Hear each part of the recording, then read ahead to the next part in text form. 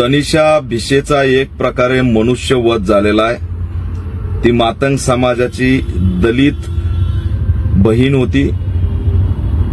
दीनानाथ मंगेशकर हॉस्पिटलने केवळ पैशामुळे या दलित लेकीचा बळी घेतलेला याचा आम्ही निषेध करतो। राज्य सरकारने तात्काळ हे हॉस्पिटल ताब्यात घ्यावं।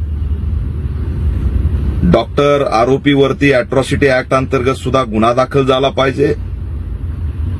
आता आयोग, चौकशी समिती, अहवाल जे सोमनाथ सूर्यवंशी सोबत झालं तेच तनिषा भिसे सोबत होणार आहे, दुसरं काही होणार नाही। सरकारी दरबारी दलितांना न्याय कसा मिळतो याची जाण आणि भान आम्हाला आहे। त्यामुळे न्याय हा राज्य सरकारला द्यावा लागेल।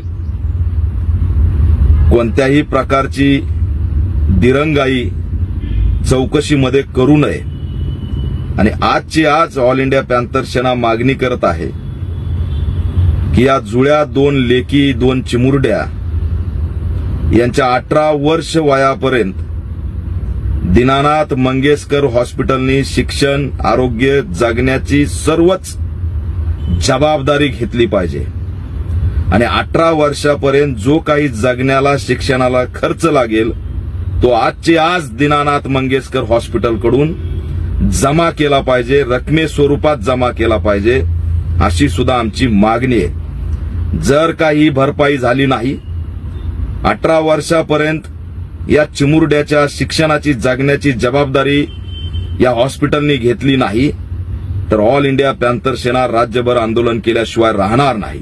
हा मनुष्यवध आहे। अॅट्रॉसिटी ऍक्टचा सुद्धा याच्यात गुन्हा दाखल झाला पाहिजे आणि राज्य सरकारला आमचं आव्हान आहे की लाडकी बहीण योजना बंद केली तरी चालेल, परंतु अशा प्रकारे पैसे नाहीत म्हणून लाडकी लेक मारू नका।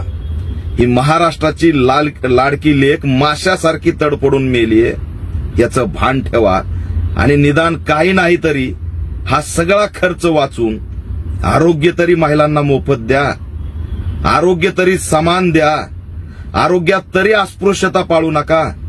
एक प्रकारे तनिषा भिसेचं जे काही हत्याकांड आहे ते अस्पृश्यताचा बळी आहे असं मी या माध्यमातून जाहीर करतो।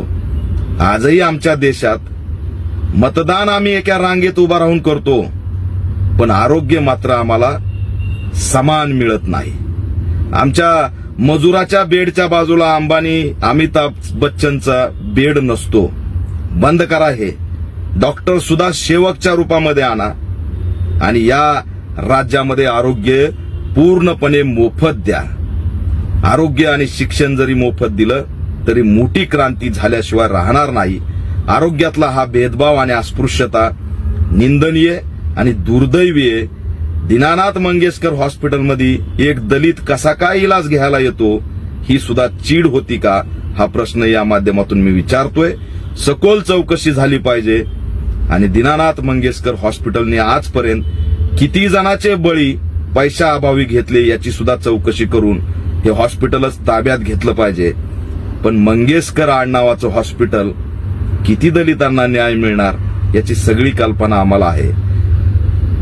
आमच्या तनिषा भिसेच्या आरोपीला जर अटक झाली नाही आणि जुळ्या लेकीची 18 वर्ष जर जबाबदारी घेतली नाही तर ऑल इंडिया पॅंथर सेना राज्यव्यापी आंदोलन केल्याशिवाय राहणार नाही असा इशारा सुद्धा देत आहे।